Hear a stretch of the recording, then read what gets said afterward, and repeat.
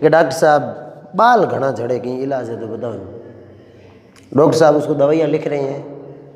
भगवान की कसम, मैं डॉक्टर के हेर में 4 बाल आ, 2-4 ही लार गुदड़ी में बाल लीवड़, और वो बाल झड़ना यार दवाई ले गया बैठो बैठो यार। वो भाई उसके सामने बड़ा तसल्ली से बैठ के दवाई लिखवा रहा है कि अब मेरे बाल झड़े कौन। अरे भाई खुद ने तो देख सको दवाई लिखे नहीं, आप गाड़ी 4 बाल है यार, वही नाई कन जाऊँ तो शर्मा में कटा हो गए।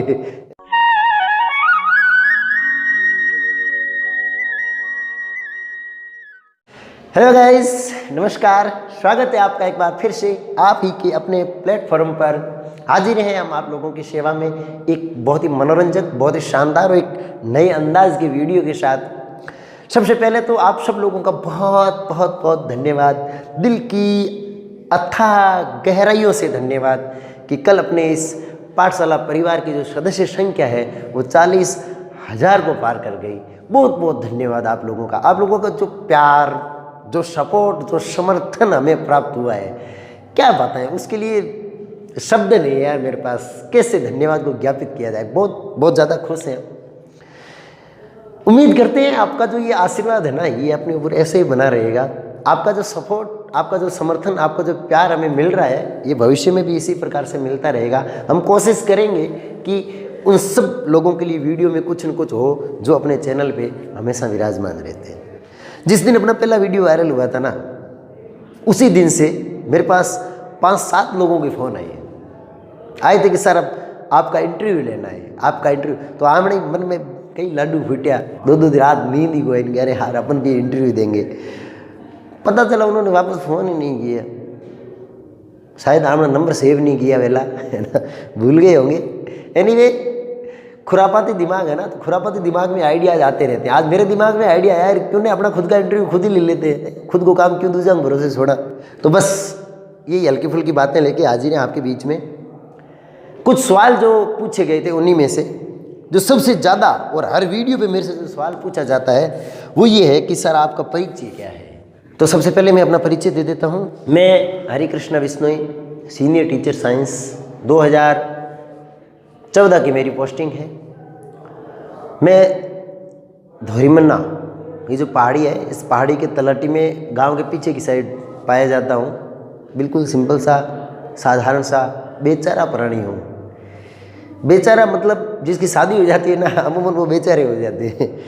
शादी है नहीं, शादी हकीकत बात है, होने के बाद पता चला, सही कहते हैं, एडो लाडू है जो जिमे वही पछतावे और जो को नहीं जिमे वही पछतावे। घना ही राजी हो यार, जान चढ़ी ना, विचार किया यार हमारे जान चढ़े, मोहम्मद मायो जान चढ़ गई। एक आदमी की नई नई शादी हुई थी, तो वो क्या है, सप्ताह में 3-4 दिन रात को 2-2 घंटे तक मियाँ बीवी हंसते रहते थे। पड़ोसी बड़े वो उत्सुकता के माहौल में रहते थे, यार ये हमेशा हंसते क्यों रहते हैं, शादी होने के बाद भी ये बंदा इतना खुश कैसे है। एक दिन उससे पूछ लिया कि भाई यार तू खुश है कैसे। तो उसने कहा भाई जाहिर सी बात है, शाम के समय जब घर पे होते किसी बात पे झगड़ा हो जाता है तो हंसते रहते हैं। क्या झगड़े पे कौन हंसता है, कि जो मेरी बीवी है ना, ये कभी मेरे को बेलन फेंक के मारती, कभी चकलोटा ही फेंक के मार देती, कभी चप्पल फेंक के मारती है। हम वो चप्पल लाग जे तो लुगई हंसे है नहीं, और नहीं लागे यार चूक जे तो मुँह हंसू। ऐसे हंसते खुशते ज़िंदगी काट रहे हैं। किसी भाई ने कहा था यार शादी से पहले तो आप लोग बड़े शेर बन के घूम रहे थे, शादी के बाद आपका शेरपना कहाँ गया। तो भाई के भाई शादी के बाद में हूँ तो हूँ शेर ही पण के मत आ जोग माया बेगी। हम जोग माया नारी शक्ति को प्रणाम है भाई। यदि आप खुश रहना चाहते हैं शादी के बाद भी, तो नारी शक्ति को नमन प्रणाम करते हुए चलिएगा, खुश रहेंगे। सवाल है कि फेमस होकर कैसा महसूस कर रहे हो, क्या बदलाव आए हैं ज़िंदगी में। पहला वीडियो वायरल हुआ तो क्या फील हुआ। भाई ये जो फेमस शब्द है ना, यही अपने आप में इतनी खुशी दे जाता है कि बाकी सारी चीज़ें सोचने का टाइम ही नहीं मिलता। बड़ा अच्छा फील हो रहा है, जहाँ भी जाते हैं बहुत अच्छी पहचान हुई है इससे, हर जगह लोग रेस्पेक्ट करते हैं, बड़ा अच्छा फील हो रहा है। एक पॉजिटिव एनर्जी रहती है हमेशा। जो फायदे है वो तो है कि मौके वगैरह हम जहाँ करा तो थाली आराम दे दे, नहीं बेवड़ में जगह दे दे, ओलन टाइमर लान दे दे, कुल मिला के पॉजिटिव मामला है। ज़बरदस्त बदलाव आया ज़िंदगी में। तो मैं एक बार गया हॉस्पिटल, ब्लड सैंपल लेके गया टेस्ट करवाने के लिए। बुखार आ रहा था, हल्का सा बीमार था मैं, तो मास्क लगा रखा था। बोला भाई से कि यार ये ब्लड चेक करके दे दो ना। तो बोलते भाई ने कहा मास्क हटाओ। मास्क हटाओ, कह रहे गुरुजी थे तो मैं वहाँ साहब तो थे, बीमार पड़ गया कि मतलब मैं बीमार नहीं पड़ सकता क्या? बीमार पड़ सकते हैं भाई। वो जांच वाँच करके रिपोर्ट में मैंने कहा कितने क्या रुपए हुए? क्या साहब 250 रुपये हो रहे हैं, आप 150 दे दो। ये बदलाव है, लेकिन ये बदलाव मुझे थोड़ा ठीक नहीं लगा। ये हमसे क्यों 250 से 150 करवा रहे हो? चलो हम पॉपुलर हो गए, आपका आशीर्वाद मिला, अच्छी बात है, लेकिन ये जो है ना, ये तरीका ये ठीक नहीं है। अब तो ज़्यादा पैसे वाला आ रहा है, ज़्यादा नाम वाला आ रहा है, आप उसके क्यों छोड़ रहे हो? उसके पास तो वैसे ही बहुत पड़े, आपने तो वैसे ही गणा ही है। हाँ, हालांकि हूँ तो राजी हो, बट लिया तो हो कम लिया भी तो उसकी खा तो मंगला हेलो नहीं कर ले, बट लेकिन ये ठीक नहीं है। ठीक ये है कि आप किसी गरीब के छोड़ो ना यार, है ना, पुण्य उनसे मिलेगा, कितना खुश होगा, उसकी आत्मा आपको कितनी दुआएं देगी, ये सोचो आप। उसको 2 टाइम अच्छे से निकलेगा ना उसका इन 100 रुपयों से, तो आप उनका छोड़िए। खैर, आपने रिस्पेक्ट दिया, इसके लिए आपको धन्यवाद। आप ऐसे भी देते रहें, हम उसका फ़ायदा उठाते रहेंगे, लेकिन ये ठीक नहीं है। अगला सवाल जो मेरे से बार बार पूछा गया था, इसकी शुरुआत कैसे हुई? प्रारंभिक यात्रा को साझा किया जाए। शुरुआत से ही एक्चुअली क्या, जब भी मैं पढ़ाता हूँ या मेरे से कोई बात करता है तो एक कॉमिक टाइमिंग होती है ना हर चीज़ का जवाब देने की, एक एंटिक आंसर देने की। तो शुरू से ऐसा था कि यार लोग भी, दोस्त लोग जहाँ बैठते थे कहते थे कि यार मार साहब आपकी जो ये टाइमिंग है ना, ये बड़ी ज़बरदस्त है। तो इसको लेके 3-4 साल से मैं विचार कर रहा था कि यार मैं यदि यूट्यूब पे वीडियो डालता हूँ तो इस टाइमिंग की वजह से मेरे वीडियो अच्छे खासे चल सकते हैं, या जो अपना तरीका जो भी है। और बात यदि ये की जाए कि शुरुआत कैसे हुई, तो शुरुआत में अच्छा खासा संघर्ष करना पड़ा।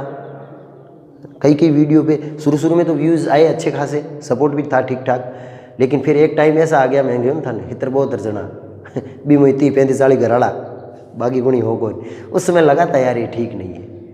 तो जब ये वीडियो बनाए ना, तो मैंने चर्चा की थी, अपने भी कोई दोस्त लोग हैं मिलने वाले, बांगन काफ़ी टाइम से वो चला रहे हैं, अच्छे खासे सब्सक्राइबर हैं, कई बे सिल्वर बटन है, कई ये प्लास्टिक वाला है बटन है, लीवड़ा फिर है, कई चट बटन वाला है थे। मैंने उनको बोला था कि यार आप सपोर्ट करना, तो उन्होंने कहा कि हम आपका बहुत सपोर्ट करेंगे, बहुत समर्थन करेंगे। तो आप तो बाबा कहने वीडियो तैयार कर, शूटिंग करने, पटिया ओढ़न, फ़ोन कियो भाई लो मैं तो तैयार करेंगे, हम सपोर्ट करो भाई 4-4 दिन फ़ोन ही को उठाए तो बड़ा अजीब लगा यार, क्या है यार, ये तो सपोर्ट ही नहीं मिल रहा है, समर्थन ही नहीं कर रहे हैं। 2-4 वीडियो में ट्राई किया, मिला नहीं सपोर्ट। हालांकि उन्हें पता था अपने पास कंटेंट है, उसको दुनिया के सामने प्रेजेंट करना चाहिए, यदि वो करते तो अच्छा लगता, हो जाता उस समय, बहुत जल्दी ये चीज़ हो जाती, लेकिन हो गई, होने को तो कौन रोक सकता है वो अपनी आवाज़ भी है भाई, कहीं भाई का आतर फेंक्यो, है ना, आप लोगों तक पहुंच गया। लेकिन मैं तो खुला कहता हूं भाई, यदि आप में से किसी के पास ऐसा कंटेंट है और आपको लगता है कि हाँ यार ये हमारा कंटेंट दुनिया के सामने जाना चाहिए, तो डेफिनेटली हम, हमारी जो कम्युनिटी है, अपना जो परिवार है, उस परिवार के साथ आपकी चीज़ों को साझा कर सकते हैं। बिंदास दिल खोल के लाइएगा, है ना। अपना ही क्या है यार, जनता का आशीर्वाद है, जनता से मिल रहा है, जनता दे रही है, जनता के सामने चीज़ को रखना है। और ऐसी कोई चीज़ है जो जनता के बीच जानी चाहिए, तो उसको फेंको ना, दिक्कत यह है। एक जो सबसे ज़्यादा पूछा गया सवाल है कि मारवाड़ी भाषा का कक्षा कक्ष में प्रयोग ठीक नहीं है, लोकल भाषा बोलकर आप समाज की बेइज्जती कर रहे हैं। ये सीधी सी बात है। आप डॉक्टर कन क्या कितनी दवाइयाँ लाया वाला पर्ची भेड़ी की वे पूरी किताब बन जाए, सोगन खान गई हो आज तक एक भी दवाई थान पढ़नी आई है भी पर्ची की मत, बाबू भले करे नहीं आती ना, एड़ो ज्ञान हूँ क्लास मान दे दूँ, क्या हो जाएगा उस ज्ञान से? ज़्यादा से ज़्यादा ये लग जाएगा कि मार भाई होशियार, मेरे पास ज्ञान है, मुझे उसको यहाँ दिखाना नहीं है, मुझे उसको बच्चों को देना है। और बच्चों को देने के लिए जो जितनी सरल भाषा है, यदि अपन उसका उपयोग करते हुए चलते हैं, तो मुझे नहीं लगता उसमें कुछ खराबी है। हाँ, नोट्स लिखवा रहे हैं ना हिंदी में, इंग्लिश वर्ड साथ में, अच्छे से हिंदी में भी तो समझा रहे हैं भाई। अंग्रेजी में तो आप थे तो पैदल ही भैया, आज नहीं कभी साइकिलदार दौड़े ही गो नहीं, ठीक है, थोड़ी कमज़ोर है तो है, लेकिन अच्छे से बता रहे हैं, समझा रहे हैं। हाँ, कोई उदाहरण है, कोई एग्जाम्पल है वो लोकल भाषा में। यदि देखो टारगेट क्या है, टारगेट ये है कि मेरे पास जो नॉलेज है ना, वो सामने वाले को समझ में आना चाहिए। भी हारू जक्की भाषा उपयोग ले सका ले लेनी चाहिए।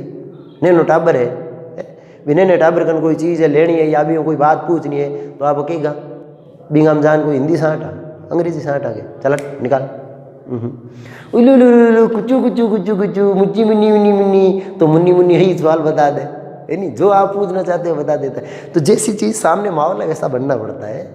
और रही बात समाज को बेइज्जत करने की, तो भाई ऐसा है, यदि मेरी भाषा लोगों के सामने गई और लोगों ने उसको इतना पसंद किया, सपोर्ट किया, तो मुझे तो गर्व होना चाहिए ना मेरे पे कि यार मैं मारवाड़ी को प्रेजेंट कर रहा हूँ, मैं मेरी लोकल भाषा को एक मंच प्रदान करने का प्रयास कर रहा हूँ। इसमें क्या गलत है? मुझे तो गर्व है कि मेरी भाषा जो है वो मेरे बोलने का लहजा वो लोगों को पसंद आया, इसमें कोई गलत बात मुझे नहीं लगती। एक सवाल जो पूछा गया था वो ये था कि राजनीति और समाज सुधार पर ज्ञान न देकर पढ़ाई करवाएं हमारे साहब ठीक रहेगा। किसी भाई ने फेंका यूट्यूब पे, एक राजनीति पे पोस्ट वीडियो डाला था, हालांकि उसमें कोई राजनीति नहीं थी, उसमें केवल अव्यवस्था थी, जो हकीकत थी ना वो हकीकत ही बताई गई थी। और रही बात नशे की, तो इसमें ज्ञान देना क्या है? आपको क्या लगता है पढ़ाई केवल क्लास तक ही सीमित है क्या? नहीं, पढ़ाई केवल क्लासरूम तक नहीं होती। जिंदगी की हर दिखाई गई सही राह अपने आप में शिक्षा होती है। पढ़ाई हर जगह से मिल सकती है, अपने एक निर्जीव वस्तु से भी कुछ न कुछ सीख सकते हैं। तो ये तो कोई सवाल ही नहीं था, फिर भी किसी ने पूछा तो मैंने कहा बता देते हैं, इसमें क्या दिक्कत है। एक सवाल जो बड़ा ज़बरदस्त था, भोपों से कई लोगों का भला हो जाता है, आप गलत कैसे बता रहे हैं? इनसे कई लोग ठीक भी हो चुके हैं, इसके बारे में क्या कहोगे?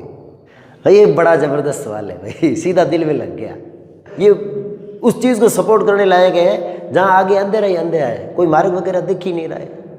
लोग शिक्षित होकर कहाँ पहुँच गए, अपन किसको सपोर्ट करते घूम रहे हैं? हाँ, भोपाओं फायदो हुए, भोपाले परिवार में फायदो हुए, यानी बिंग बुआ भतीजा काका बेटा बंद फायदो हुए, बिंग 2-4 गाड़ी फिरे बंग ड्राइवर रगोड़ा बंद फायदो हुए। होता है, मैंने कब का नहीं होता है, होता है फायदा, लेकिन किसका? एक आदमी 20-30 साल से एक ही थान पे जा रहा है, 3-4 पीढ़ियों भी आगे थान में चक्कर काटे, कितने पैसे उसने बर्बाद किए होंगे वहाँ पे?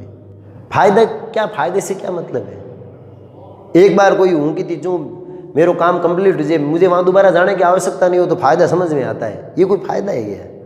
ये तो सरासर बेवकूफ़ बना के धंधा करने की बात है ना। ये तो 3-3, 4-4 पीढ़ियाँ भी फिरे, 12 महीना 20-25 हज़ार भी वहाँ खर्च होता है, और आप कह रहे हो फायदा है? ये फ़ायदा दिखता है क्या आपको? है ना। ऐसे सपोर्ट इन लोगों की नहीं हो तो ठीक रहता है। अब पढ़े लिखे समाज में रहते हैं अपन, और कई लोग ठीक हो चुके हैं। या भोपे एक थान उग जाए ना, पहला खराब उड़ा जाए, कुट आवे ना रेडी उड़ावे। एक बीमारी होती है स्प्लिट पर्सनैलिटी डिसऑर्डर। ये बीमारी में केवे जो ये भूत प्रेतों की कहानियाँ सुनते हैं ना, ये मेंटली जो डिस्टर्ब लोग होते हैं ना, उनके साथ अक्सर ये समस्या आती है। वो क्या होते हैं, इन चीज़ों से जुड़ जाते हैं। कोई कहानी हुई भूत प्रेत की या कोई दर्दनाक ऐसी स्टोरी सुन, उनसे जुड़ जाते हैं। यूँ जुड़े इनका भी एक ऐसे टाइम पे या ऐसे माहौल पे, जब भी उनको ऐसा कोई माहौल डरावना वगैरह लगता है तो उसके दिमाग में वो क्रिएटिविटी घुस जाती भूत वाली, और वो उसका कैरेक्टर जीना शुरू कर देता है, जिस कैरेक्टर के बारे में वो सोचता है। आप आई तो ले जा भोपे करने, ये क्या है? ये केवल मेंटली प्रॉब्लम है। भोपेगंज है, वो दिया धूप अगरबत्ती करे ना, उसे दिमाग के अंदर ये वहम हो जाता है कि अब मेरा मामला यहाँ ठीक हो जाएगा। वो भोपो कोई पन्नो ने डुके लिख दे नित बांधे हाथ में रागड़ी कर दी, ताबीज़ कर दी, नहीं हम हो रड़ी हूँ, तो ये उसके दिमाग के अंदर एक वहम होता है। नहीं नोटा पर नीचो पड़े हैं, नीचे पड़े आप अरे रही कीड़ी मारनी, आ कीड़ी ठोकूँ, कीड़ी ठोकूँ, छोरो राजी हुई नीचे पड़े हेर बसीट लागी गूंबड़ हो गया, फूक दा और बेटे ठीक हुई कि मैं तेरे फूक दे दी झाड़ू नाग नहीं हो, छोरो चुप हुई। इसका मतलब उसकी चोट ठीक हो गई क्या?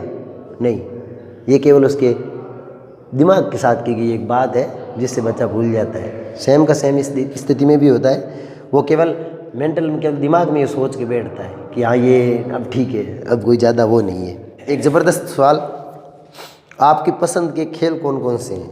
आपका पसंदीदा एक्टर कौन है, पसंदीदा खिलाड़ी कौन है, पसंदीदा कलाकार कौन है? वाह भाई क्या सवाल पूछा है ना।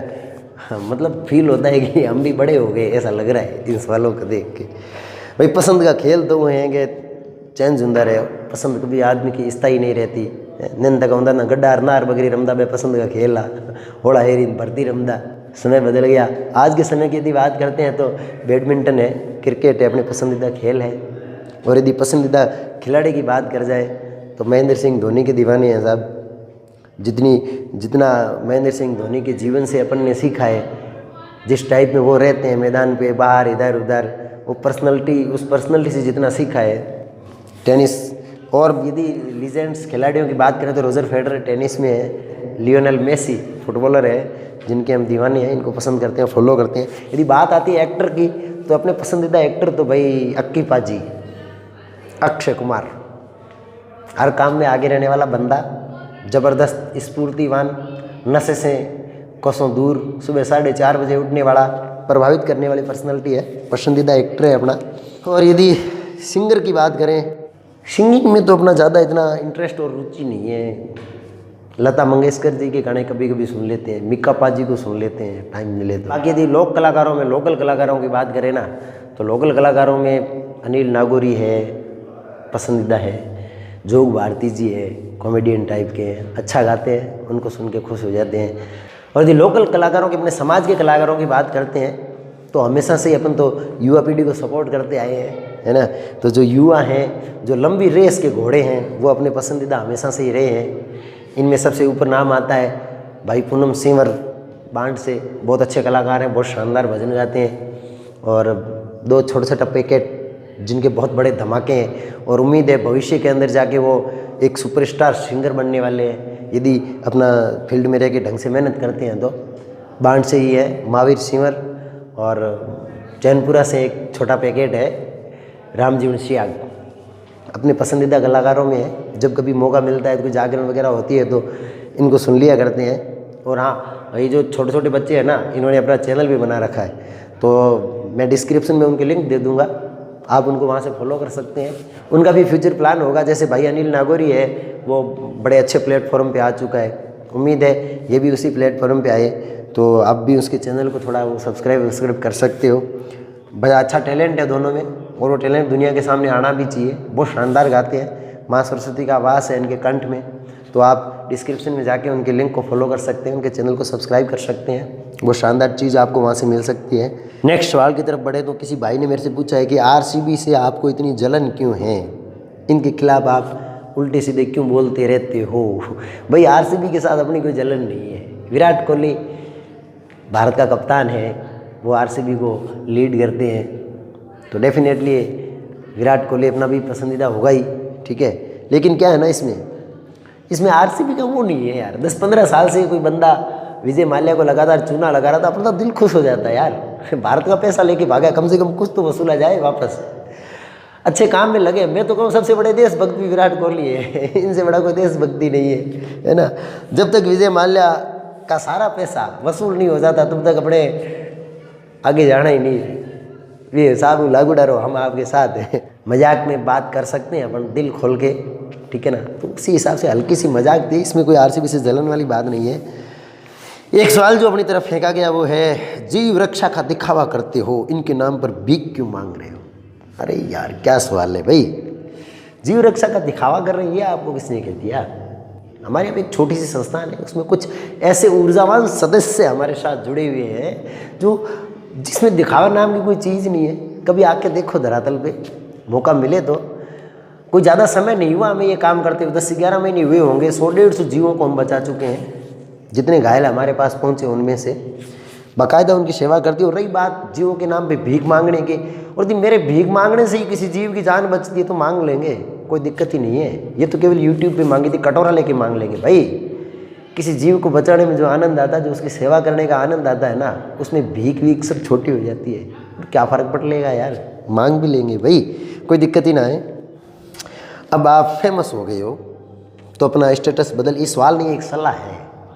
आप अपना स्टेटस बदल लो, सोशल मीडिया का उपयोग ढंग से करो, लोगों ने आड़े कंठ जवाब मत दो, सीधो सीधो ओ यार अपना क्या स्टेटस है। आप लोग कोई स्टेटस ही कोई नहीं। कितने ही साल हो गया ये हड़क मत फिरा, कई बेराटी की जोड़ियाँ कटा दिनी है नहीं, पूरो हड़काड़ो मुंडो खोद दिनों, मार्ग गाद दिनों बे क्या था अपना स्टेटस, कोई पहचानता था क्या, नहीं ना। तो स्टेटस किन की वजह से बना है, मतलब जिनकी वजह से स्टेटस बना है उन्हीं को जवाब नहीं दे क्या? ये थोड़ी होता है, ये तो घमंड हो गया। आमण कोर्स में ही कोनी जी तो पढ़नो हरू की भी आवाज नहीं, ये घमंड तो आमण की लेड़ देना ही कोनी भाई, ये ठीक नहीं है। स्टेटस अपना जिनकी वजह से बना है, हम हमेशा उन्हीं के बीच में रहने वाले हैं। देखो पेड़ कितना ही बड़ा हो जाए, जड़ें जमीन में रहनी जरूरी है ना। पौधो घणो मोटो हो जड़ बाहर आ गई, मैं तो जमीन में रही कौन, मैं तो बाहर आवा, पौधे का अस्तित्व ही खत्म हो जाता है मेरे भाई। तो ये आपकी सलाह बिल्कुल ठीक नहीं है। जीने का अंदाज लोगों के दिलों में रह के जियो, किसी के दिमाग में नहीं घुसो। यदि स्टेटस चेंज करके किसी को जवाब देना बंद कर देते हैं ना, तो उससे क्या हो जाता है, उससे अपन बड़े थोड़ी हो जाते हैं, अपना कद तो उससे छोटा हो जाता है। सवाल कोई सा भी पूछे, छोटा हो बड़ा हो, कोई सा भी व्यक्ति हो, यदि अपन से जुड़ रहा है, लोग कमाओ, लोग पैसे के पीछे मत भागो। एक सवाल जो बड़ा ज़बरदस्त था, मूंडिया आज तक किसी एग्ज़ाम में नहीं आया, आप ये किस टाइप का उदाहरण दे रहे हो? अरे भाई, ऊँट के मुंह में जीरा, तो क्या ऊँट के मुंह में जीरा होता है? ये कहानी तो अपन ये ऐसी कहावतें तो हजार सुनते हैं, अंधी पीसे कुत्ता खाए। अब अंधी चाकी फेर रही है तो कुत्ता आगे खाएगा, जरूरी है क्या ये? इसका मतलब ये थोड़ी है कि आंधी चाकी फेरे यार कुत्तियों को वो चाकी चाटे, ये तो कोई मैटर ही नहीं है। ये तो एक एग्जाम्पल था। अम्बो भाई मूडियो गन चाहिए तेला इनको वाक्य सिखा याद आए, मूडियो जोड़ी रही तो वाक्य सिखाई है ना। तो ये तो एक सिंपल तरीका होता है समझाने का। अरे एक सवाल अपनी तरफ फेंका गया, सगुन और अपसगुन पर आप गलत भ्रम फैला रहे हो, ये तो होते ही है। वाह भाई, अपसगुन होते हैं ऐसा बता रहे हैं। अपसगुन में क्या मानते हैं अपन? मिन्नी रस दो गाड़ क्यों तो अपसगुन, कोचरी उल्टी बोल गई तो अपसगुन। एक बात बताओ मैंने, मान लो आप किसी गली से जा रहे हैं, ठीक है, कोई एक मारण बड़क थार लार पड़ गयो, हम थे दो दो थार धगे मिन्नी ना आ गई, क्या करोगे आप? वहाँ रुकोगे क्या भाई मिन्नी रस दो गाड़ क्यों तो धगसू को लारा हुआ काको उड़ी की उड़ो, है ना, भागना पड़ेगा भाई, वहाँ आप रुक नहीं सकते। एक एम्बुलेंस चालक है, वो एम्बुलेंस में किसी मरीज को लेके हॉस्पिटल जा रहा है, उसके आगे से बिल्ली ने रास्ता काट दिया, क्या वो एम्बुलेंस को साइड में करके खड़ा हो जाएगा? घर में हीरो ठोकण जा देख मिन्नी कोनी, मिन्ने बहु ही फिर से नहीं, आप पुटा नहीं फिरा, आप जा पड़ा भाई टेंट में, उस समय सगुन अपसगुन कहाँ जाते हैं? तो ये क्या है ना, ये मान के चलते हैं ना ऐसे लोग, ये केवल एक वो दोस्त ढालने का तरीका ढूंढते हैं। रे घरे निकले अनका मिन्नी धके निकले, हम दिमाग में मिन्नी लिवड़ाई फिरी, अपने काम पे जिस काम के लिए जा रहे हैं ना वहाँ से उनका ध्यान ही हट जाता है। जब आपका ध्यान ही वहाँ से हट जाएगा तो एक्सीडेंट तो होगा ही, रॉन्ग साइड में एक्सीडेंट हुए ही। तो अपन रॉन्ग साइड में चल लेते हैं, अपना दिमाग तो भी मिन्नी लार फिरे पड़े, कहाँ कोचरी बोली थी कोचरी हम फिरे पड़े, अब काम कराऊँ मतलब बाबू फाड़ा उन्हें ऐसा उन तक भजीड़ तो ला गई, भजीड़ ला गई, कहाँ गई? ओ मैं गयो हुकुन घोट। अरे मेरे भाई तेरा दिमाग वही था, आप तो केवल शरीर से यहाँ चल रहे थे। तो सगुन अपसगुन केवल दिमाग और मन का वहम है।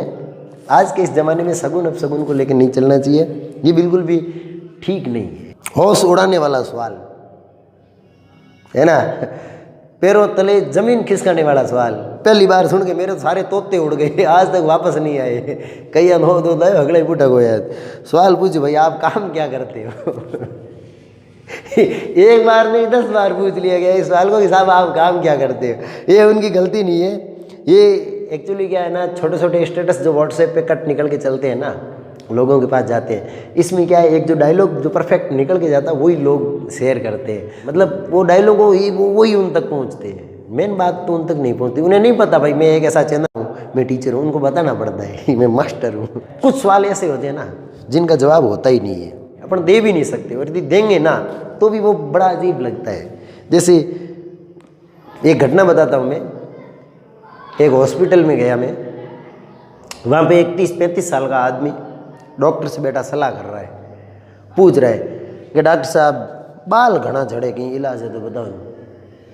डॉक्टर साहब उसको दवाइयाँ लिख रहे हैं, भगवान की कसम भी डॉक्टर के हेर में 4 बाल आ मतलब जिसके सर पे 4 कान में घना ही उगड़ाई तो पूरा कान भरूड़ो है ना, हाँ 2-4 लार गुदड़ी में बाल लीवड़ और वो बाल झड़ना यार दवाई ले गया बैठो बैठो यार। वो भाई उसके सामने बड़ा तसल्ली से बैठ के दवाई लिखवा रहा है कि अब मेरे बाल झड़े को।